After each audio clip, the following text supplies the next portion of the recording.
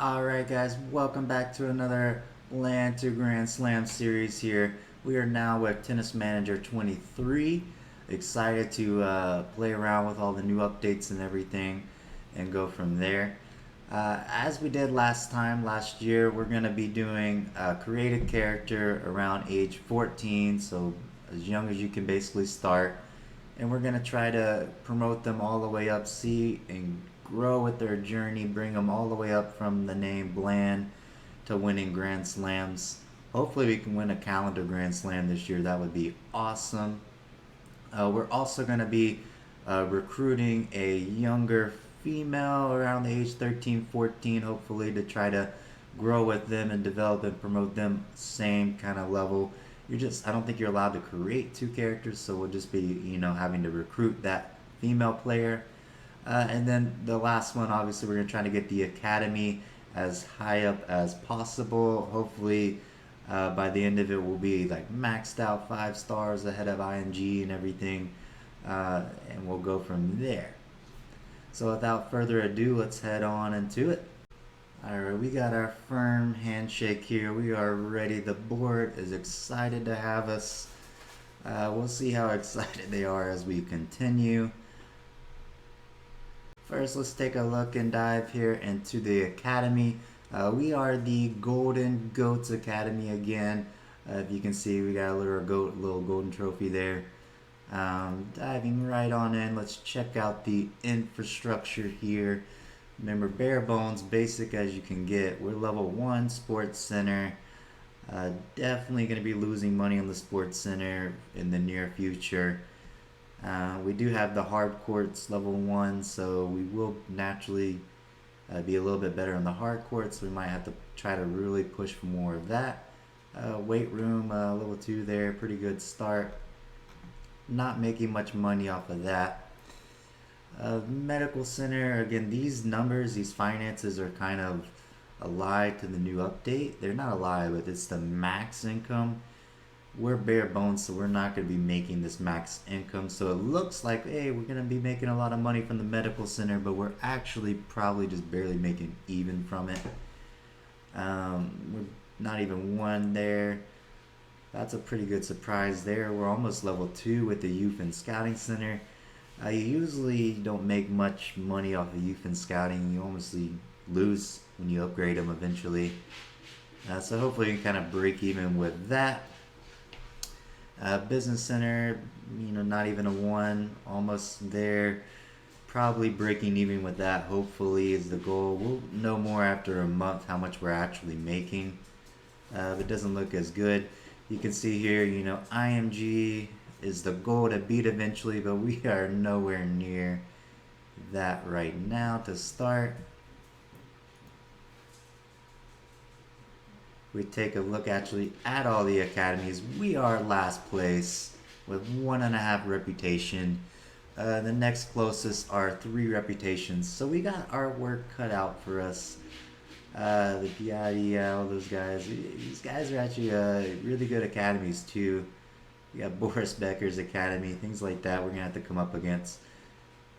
I feel like I would like the game, maybe in the future, and if they make it 24, to have a lot of lower level academies too as well. They have like the independent ones that are like just the American Federation and stuff like that, but those don't show up really here. I would like to see kind of more competitiveness within these, which would be really cool. And then typically IMG always kind of the standard up there. You also have Rafa's and the French as well. So cool to see. We got some new ones this year as well. The Everett Academy, John McEnroe's Academy. So we got more American academies now, which is cool to see. And some other ones too. We got Kerber as well. Cool to see some new academies in here. Alright, next on the board, let's take a look at the staff here. We'll start with myself, Coach Joe. Experience level 1 out of 9 novice, starting Bland to Grand Slam as the key theme of it all. Went with basic kind of 5s around all the training. The goal is that I can kind of probably get another trainer that focuses more on these techniques, as to say, and I can do more of the other things. So you kind of want to focus on one area. Special moves the lowest at 1 because it's not really needed too much, although tweeners and stuff are really awesome to see. I kind of try to keep it a little realistic too in my teaching on court. In person, I like to do more footwork, movement, the physical, tactical, mental side of things. So kept those all as high as I could, 15s and 13s. And then management wise, ability to motivate, really good too. I really like doing the switch sides, try to give a little bit of tips when you can, switching sets, tiebreaker, stuff like that. So I put that kind of as high as I could there too. Player management, put it a little bit high too. Although I won't really be managing much in terms of all the players the further down, but at the beginning I'm going to be doing a lot of the hands-on management. Alright, if we take a look at the trainers here, same as last year, we got the same guy, Jameson here. He did last year grow with us a little bit, so we had him around for a couple years. Probably trying to see if we'll keep him around a little bit before.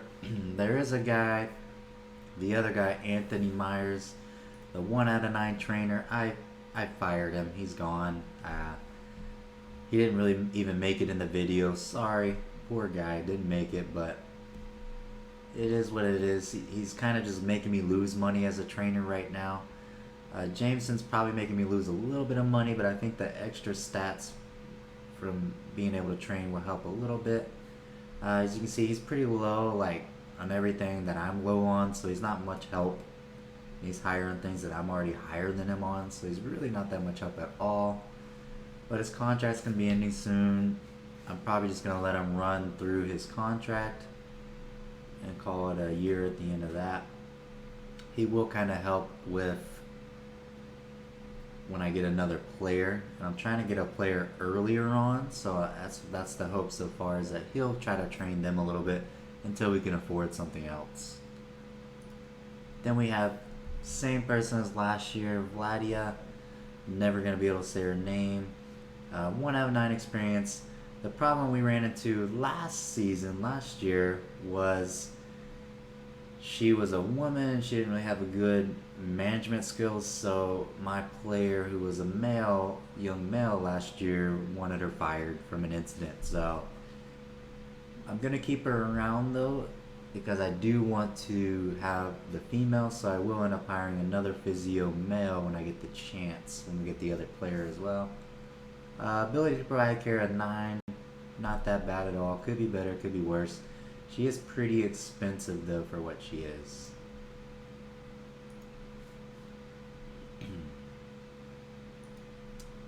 Outside of sports, we look at agents. Same agent as last time, Tessa. She does an okay job. I found it really hard last year to find any agent worth replacing her with in the early stages, so we're keeping her on at her low salary, and hopefully we can maybe rehire her on a still low salary for next few years. Hopefully then when we get further on down the line, higher fame and stuff, and we need a bigger contract, we'll then get a different person. Once we kind of solidify a contract, I'm probably going to fire her. We just got to get that contract solidified first. Same as last time, Miss Olsen. She is terrible. Very bad. Not good with their analysis skills. I don't really need much of an analyst when I can do a lot of that myself too, so I wasn't going to, but I think we just fire her now. Costs less to fire than it is to pay her a month. I'm gonna do that. Bye bye. I don't think you need an analyst to do it, so we'll be fine. Recruiters, we got a scout, young scout, 1 out of 9. Player evaluations 11. Not the end of the world, pretty good there. I do want to scout people because I do need to eventually find a young female. And then I think once I find that young female, I can probably fire him. So we'll wait till then. That's not too bad how much it is to fire him. Yeah, I mean, it would cost more. I think we balance out our money-wise with him. So we'll stick with him for now. Alright, if we take a look at the player here, we have coming back again, Giuseppe Romano. He's back in it, the American Italian kid. 14 years old. I put his height around 5'7". Last year, what happened is I put his height taller, and then he actually grew more, so he was like humongous. So I didn't know they could actually have that in the game. It's pretty cool. So I put it a little lower this time just to see what would happen. So I made him around 5'7", 5'8", 148 pounds. So he's still a very big 14-year-old kid. He's gonna be very athletic to start out. He's under contract until 2025. By the end of this season, I'm probably going to try to extend that to the max, whatever the max is, 5-6 seasons, and go from there. Promising player, revenue share, 58% revenue, so we're still getting a lot from him in the percentages, but we're not going to be making a lot from him because he's going to be in a lot of these junior tours right now, which you don't really make a lot of money from. Stats-wise, we're going with that defensive baseline play again to start. It's just when you're lower level, it's just the easiest in my opinion in terms of being able to survive, keep the point in, make the other player make the mistake until you can work up more power and stuff and work on something else. Then the secondary tactic's going to be that deviation play, similar, kind of making them make the mistake but making them move a little more. And then the third tactic we're going to have is that offensive baseline play. That's later on down the road when all of our stats are kind of elevated, that we can kind of switch it, boom, and do more of that offensive style. And then later on, once we get further on in the tour, we're probably not going to be playing more defensive. We'll be doing more offensive unless we play against like a Djokovic or somewhere where we just need to survive. But later on down the road, we'll be looking more in offensive. So if we take a look at our stats, our number one, we put most of it into physical. Our number two, mostly into mental. And then the last but not least is more the technical. The goal is to get these physicals kind of all up to around the green. And then get some of these mentals up to like 10. Maybe not green, but up to 10-ish. Maybe a couple of them green. I think I like the positioning or something like that. And then we'll get the technicals balanced out, the 10s and greens, to be kind of well balanced. That's probably going to be a season or two before all that works out. And then the goal is probably going to transition to higher speed and physical footwork, and then have a niche technical to get up as well to like a 16, 18, something like that. But basic to start. I think this will be pretty good for his defensive play style to start for. I did mention, but he is a right-handed, two-handed backhand, just like how I kind of play. We'll go from there. Obviously, he is a novice, one fame, starting with the lowest possible. I had the choices, so I did make him loyal because there's no blame to Grand Slam Series if Giuseppe Romano leaves us. So we want to keep him in as long as possible. So I made him loyal, tends to prefer long-term contracts. So hopefully by the end of this year, we can just sign him for a super long contract and just keep him on all the time. Looking to like kind of keep hiring, keep every time we can extend his contract, kind of extend it. He is serene, so he starts every match with a boost of confidence. I wanted to try this one this year. It seems like sometimes when he was up against a higher level opponent, I would do everything in my power, but he would still start kind of low confidence. So hoping that maybe, starting higher confidence, even if his shape's lower, stuff like that, he'll still be able to do pretty good. And then to balance that out, I made him more responsible so he can recover more with physical condition during each night. The hope of that, I don't know exactly the math on that. I'm kind of curious to see as we go, but the hope is that I can train him a lot more and kind of kill him, and he can still kind of survive a little bit to have some for the next week's training, have a little bit more physical condition, and then matches in case of matches, which we'll probably rest more for matches too. Coach Joe, you just created your own academy. What made you decide to do it here? I wish you could kind of pick regions. I mean, you pick United States, but it'd be cool like, hey, I'm in Florida or something, but we're in the United States somewhere. What made you decide to do it here? It's a great region to live in. I've always hoped I'd come to live here someday. I already live here. I've only lived here before. The only thing I've heard, no. I came here for a project with Giuseppe, and we both like this area. It's kind of weird. I mean, he's 14 years old. You must be the new editorial intern asking questions like that. Probably not gonna make a good relationship with that guy. That's okay. What made you decide to manage a tennis academy? Good question, Dana. That's a better one.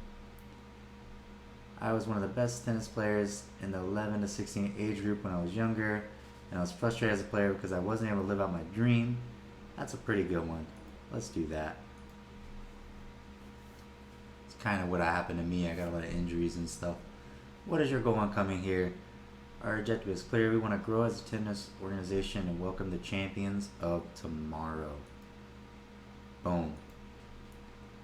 How did you get Giuseppe Romano on board? I kind of created him and forced him to, but, you know, it is what it is. Let's see.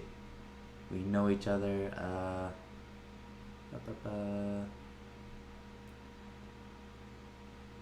don't know. Sure. We'll roll with it. Still, the interviews and the press conferences still aren't as cool as I would like for them to be, I'm going to say. Alright, so our first tournament is going to be the same one as last year. It's going to be that Belgian tournament in Arlon, Belgium. It's a J5 Boys 30, the lowest possible tournament. It's hardcore indoors. Last playthrough we ended up doing pretty good, so I was interested to see how we do here. Hoping to at least get past the first round. I want at least one win, and we'll be good.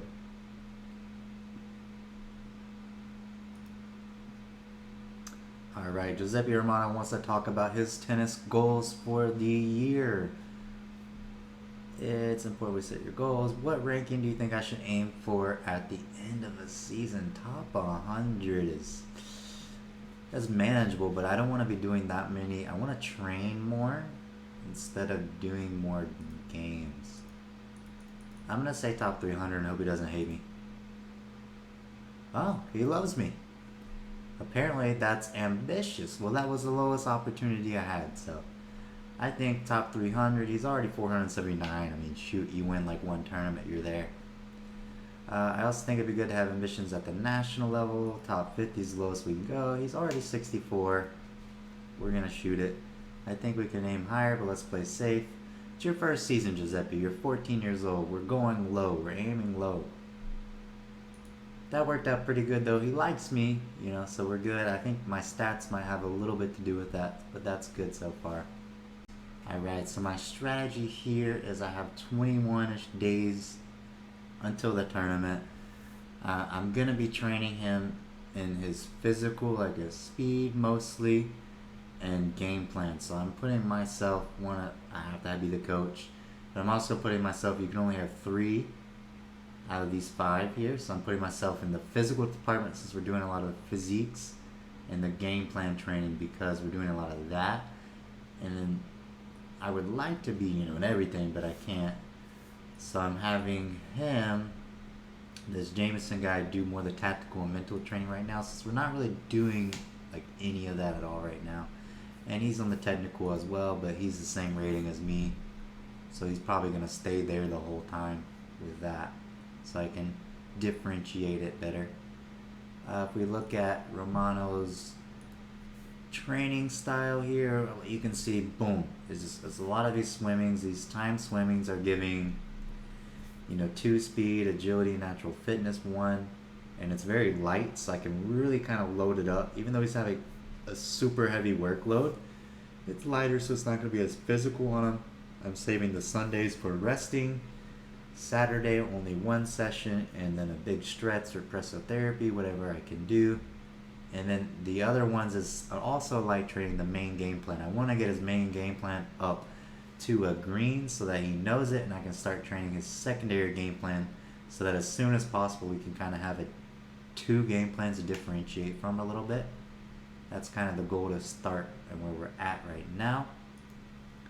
So I will be back in 21 days for that. The camera. That's gonna be it for this episode, guys. We'll see you next time. We're gonna get into the first ever tournament and match for the Golden Goats.